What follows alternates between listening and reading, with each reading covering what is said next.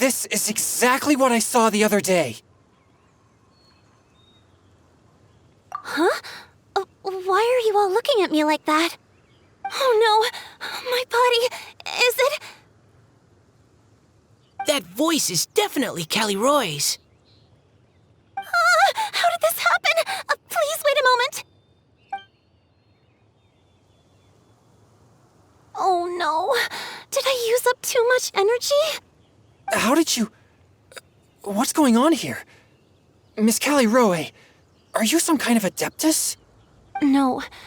I'm so sorry for deceiving you all for so long. Actually, I'm an Oceanid who flowed here from Fontaine long ago. What's an Oceanid? Ah, the Grandmaster has mentioned them before. The Oceanids were the familiars of the former Hydro Archon. They all fled Fontaine after the Archon died and settled across the world. That's correct. Though, to tell you the truth, I can't even completely recall how I found myself here. I have a vague impression of my ancestral home, but I can't recall clearly anything I saw on my journey. All I know is that by the time I arrived in Mondstadt, I had lost most of my power and couldn't even sustain a physical form.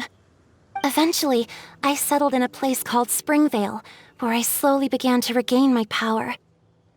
Springvale is a serene and beautiful place. The water that flows through there is clear and pure, just like the hearts of the people who dwell there. So you're the Spring Fairy of Springvale? Yes, Diona, and I remember you too, you know. When you were little, you often came to the spring at night to speak with me. Really? You're not messing with me, are ya? I always thought that was just a local legend. Your favorite little pillow, the fish one? Its name is Bubbles, is it not? Yep! All those childhood memories. So they weren't just a dream. So, if this is true, then all those things written on the leaves... I see. So you were the ones who found my leaf. Well, you are correct. The Spring Fairy and Heart of Clear Springs is me. No wonder you were asking us so many questions about it. So, the boy from the story... is Finch. I always loved listening to people's dreams, and still do to this day. Whether they're beautiful, sad, or filled with emotions I couldn't understand at the time. One night, a little boy came to the spring. The tears that fell from his face were more fragile than a moonbeam, and purer than the morning dew. I like humans, and wanted to understand them better. I also wanted to make sense of the feelings contained in his tears that were, then, a mystery to me. Yes, we often met under the stars, sharing our stories with one another.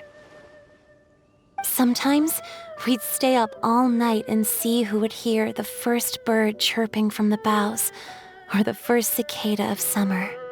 Aw, that sounds lovely.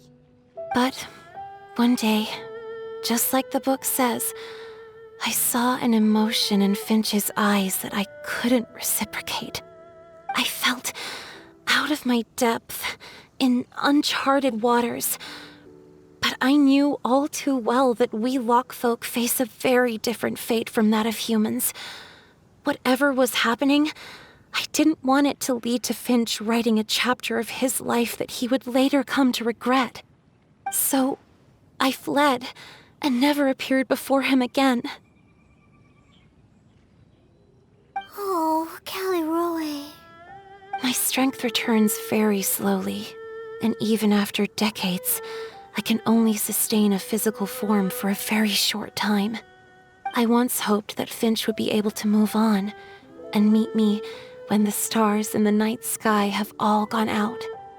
But after seeing so many people's stories, and hearing about all their dreams, I have gradually come to understand Finch's heart.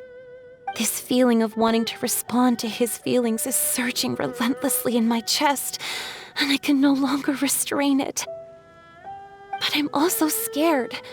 Scared that if I go and see him now, I'll bring nothing but disappointment and even more pain when it comes time to part.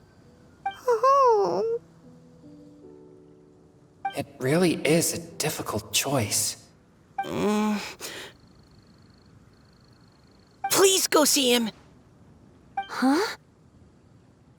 I know Grandpa Finch, and he's a really kind person. When I was struggling to learn how to draw maps, he was always encouraging me, telling me not to give up, always keep trying, and get out there and have some adventures. He often tells me stories about his past, but I've never once seen a look of regret or sadness in his face.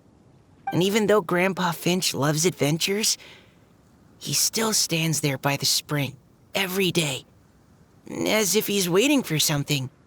I believe that he's serious about his feelings for you, Miss Callirhoe.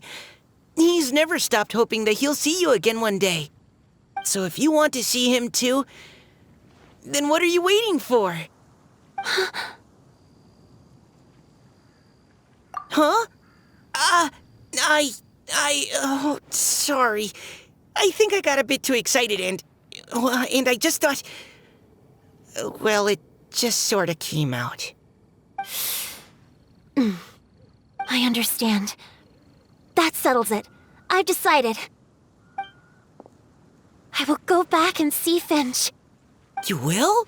Amazing! That's great! But I'd like to ask all of you for some help. Sure. Just say the word. We'll help you any way we can. Would you come to Springvale with me and help to bring Finch to my side? I cannot maintain this form for much longer, and I'm worried others will see me how I was just before. Leave it to me. I'm really close with Grandpa Finch. Also, please keep Finch's in my secret. I wouldn't want Springvale's tranquil waters to become agitated on account of all this. Your secret is safe with me. I won't tell anyone. That's a promise. Great. I can't thank you all enough. What's wrong? Are you gonna turn back into a water droplet? No, I'm sorry. It's just that my mind's racing. As much as I want to talk to him again, I'm still worried that I won't have the words when the time comes. A poem?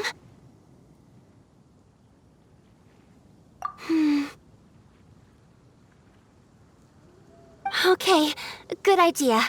I'll write him a poem. And it will be called Heart of Clear Springs.